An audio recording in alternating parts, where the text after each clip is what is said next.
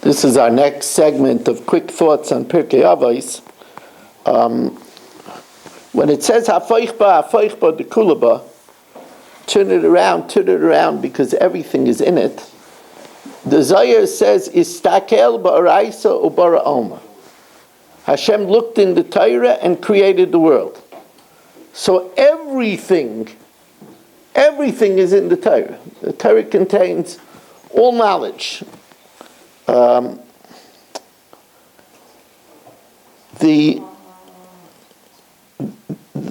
The language hafeichba de kulaba, turn it around. First of all, it means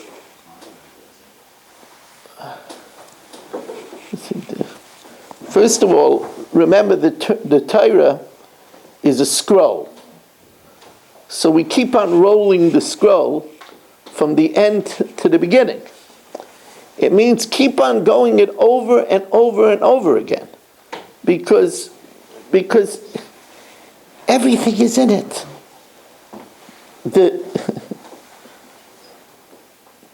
It also means that the Torah, there is knowledge even when you turn the words around. Remember, I told you from the Chidah that the Chidah said that the Makkah of Choshech, of darkness, came because the Egyptians forgot what Klal Yisrael did for them. And they closed their eyes to it. So therefore, because they closed their eyes to it and made like they forgot it, and they denied it, so therefore they were stricken with darkness. So that's why the word choshech is the same letters as shachach, to forget. It's the same letters as kichesh, to deny. But hafeichba means you could turn it around and turn it around. We said that a kever, a grave, is a dawn of a new morning. Boker. It's a dawn of a new morning. It's a dawn of a person's life in Olam Haba.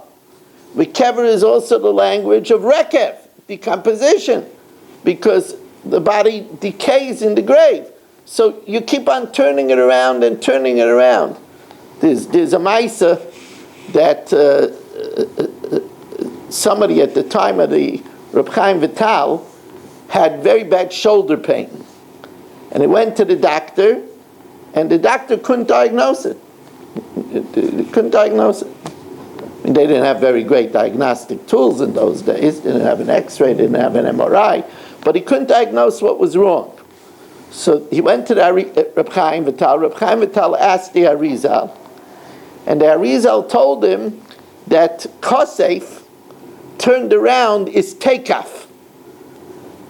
And this man is having a chesaron in Tekaf l'netilas yadayim bracha. He wasn't benching right after Mayim Achroinim, and that's why he was having shoulder pain. So again, it took the word Kosef. He's smiling because, but the mice is, we don't have an Arizal now. But you take the word Tekaf, you turn it to Kosef, and by the way, these are just small little examples. But this is, the Torah is in Ganzen, hafeichba de kulaba. And by the way, it's not just reading it backwards. The letters have all kinds of different computations. I told you the word Bereshis. The letters of Bereshis are the same letters as Aleph Tishrei, on the 1st of Tishrei, on Rosh Hashanah. It's the same letters. Bereshis is the same letters as Barashis, created in 6 days. It's the same letters as Ashrei Bas. It's the same letters as Yorei Shabbos. They're different computations, and that's not just the first word in the Torah. It's all the words in the Torah. That's the so Ben Bagbag's. Now I just want to conclude that I don't think it's coincidental that the end of Pirkay Avos ends with the transmitters being Gerim. It's a remarkable thing.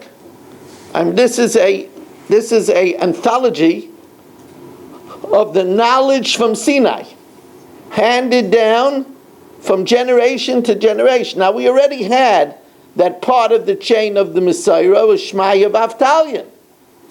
Right? So we already had, they were from Gerim.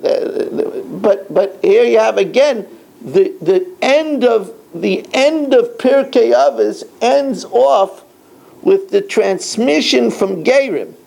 First of all, that teaches us about what the Jewish people, the respect they had for Gerim, that they became from the transmitters of the Messiah, and that's our people. V'haftem es hager. I remember the Chazon Ish once told a man who was marrying a Geiris, and he was a little bit, marrying a Geiris, with no yichus. He says you should know that your love for her will not only be the regular mitzvah of a haftal re'acha kamoicha that a husband has who loves his wife, but also every time you're going to be mekayim v'haftem es hager.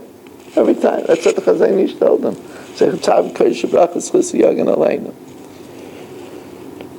So a few things. Tonight we'll have the daf after Ma'ariv. Then we're going to have a chok. It'll be a short chok, but we'll have a chok. It's a Friday chok, so it's a shorter chok. Tomorrow afternoon, here in the shul, at 6:45, we will have a gala siyum on Masechtas Shavuos.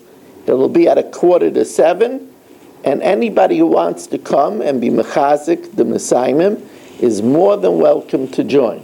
That will be at 6:45, finishing, of course, and cleaned up at time for us to have a mincha. Also, a rather major announcement with tremendous diligence on the part of Rich Leonard, with the help of Baruch Gold. They did a lot of research. We're working on putting up a beautiful yahrzeit plaque on the full wall over here, which will hold 75 small plaques. We needed to raise $8,000 for the project, and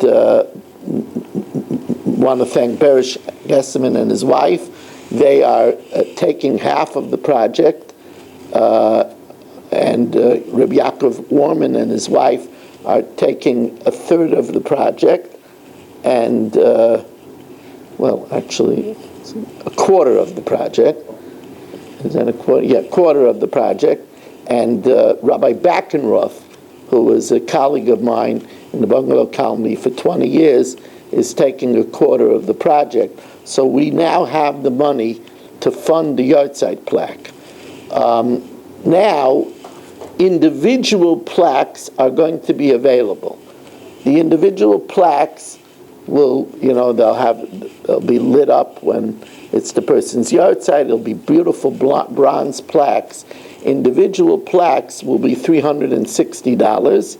Those plaques need to be in, if they should be for Yizkor on Yom Kippur, they need to be in by July 11th. So if anybody wants to order a plaque for their loved ones by July, I need the information. Rich, you'll be the point person to take. Rich will be the point person for the information. So again, if anybody wants to get a plaque on the yahrzeit board, please let Rich know. Or if you know somebody that wants it, maybe somebody who wants to have a plaque, that will be income coming in for the shul. Rich is always busy with new plans for the shul, so the extra income will help. Reb Chananya ben Akasha,